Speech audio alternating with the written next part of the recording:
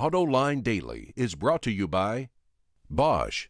The number of clean diesel models in North America will double by 2014. Bosch Clean Diesel.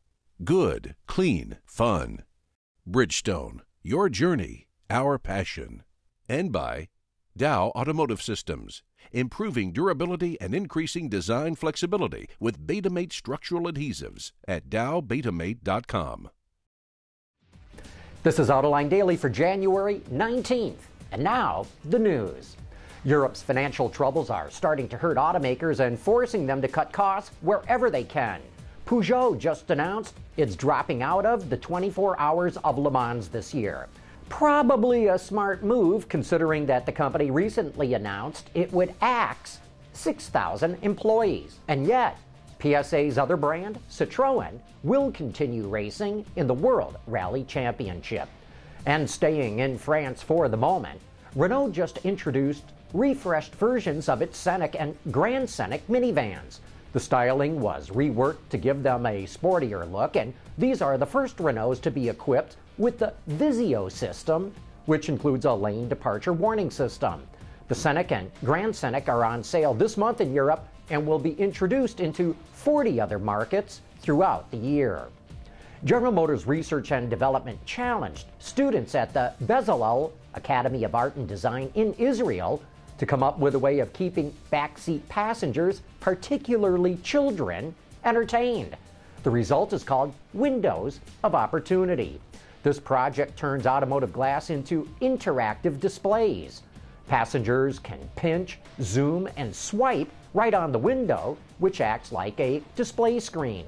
A variety of different applications are available, ranging from a music streaming service to one that allows passengers to look through another user's window in real time. All of this sounds a little pie in the sky because it is. GM has no immediate plans to put the system into production. Kia is going back to the drawing board, sort of. Ward's Auto reports that the company is delaying availability of its stop-start system on the Rio and the Soul models until the second quarter of this year. They're tweaking the technology after receiving feedback from the media. That's code for us journalists bitching up a storm. You see, there's a shutter that runs through the car as the engine restarts. And you know, this whole thing is interesting. More and more automakers are offering, or will offer, stop-start systems, and some of them have nailed it, while others have not. The 2013 Chevy Malibu Eco is a great example of stop-start done right. You can barely feel it. But other much more expensive vehicles are not as good. The BMW 7 Series Active Hybrid comes to mind.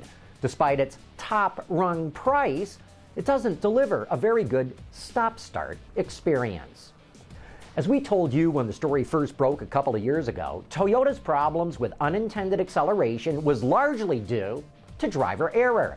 Yeah, there were problems with floor mats jamming the gas pedals and with sticky gas pedals, but the main cause was drivers hitting the gas instead of the brake. This wasn't just us saying so. That was the conclusion of the National Highway Traffic Safety Administration, and now the National Academy of Sciences concluded the same thing. Even so, the National Academy says NHTSA needs to improve its understanding of automotive electronics. That might be true, but I would point out, once again, that the problem with unintended acceleration has been around for decades, well before electronics were ever used in cars. Hey, coming up next, it's time for You Said It. Look at this.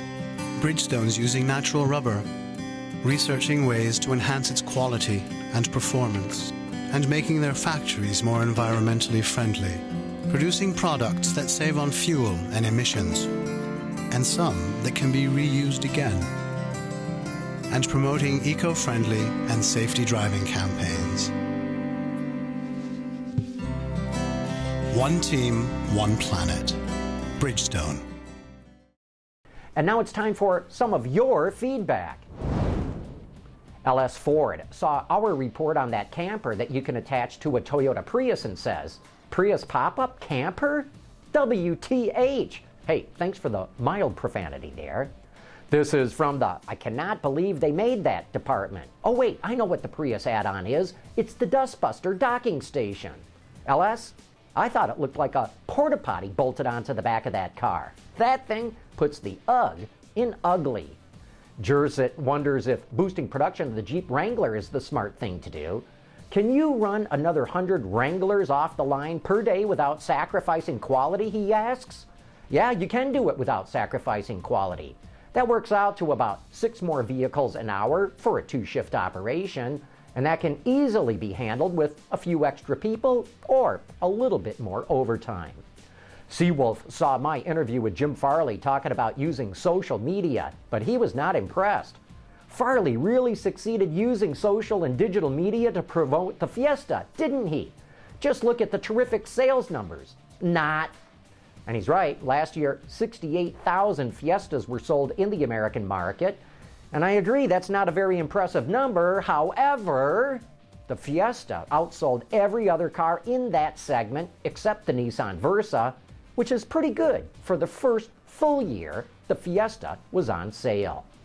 012345 saw our report that a number of automakers in Europe could be hit with fines for exceeding CO2 limits, but he asks, Mr. McElroy, why is Daimler the only major European manufacturer in that list facing a probable fine?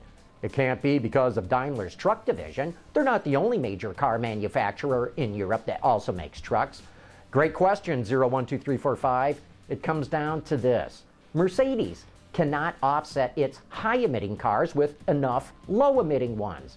That's what the Smart brand was supposed to do. But as you know, the Smart brand is a sales disaster. Meanwhile, BMW is using the successful Mini brand to help offset its big cars, while Audi gets averaged out with all the other brands in the Volkswagen group. This is why Mercedes desperately needs to figure out how to dramatically boost sales at Smart. And ATS V for me was sorely disappointed in our coverage of the Detroit Auto Show. Nothing on Tesla again, he says. Biased reports from John Autoline Daily in Detroit. Well, Tesla had absolutely nothing new at the show, and that is where our bias shows. If you got nothing new at the show, we don't report on it. But anyway, thanks for all your letters and comments. We love going through them all. In fact, you better get your questions ready for Autoline After Hours tonight, when our guest will be Carl Ludvigsen, one of the greatest automotive enthusiasts I've ever met in my life. He will be joining us from London tonight. So join me and the auto extremist Peter DeLorenzo for the best insider information in the industry. And that wraps up today's show. Thanks for watching. We'll see you tomorrow.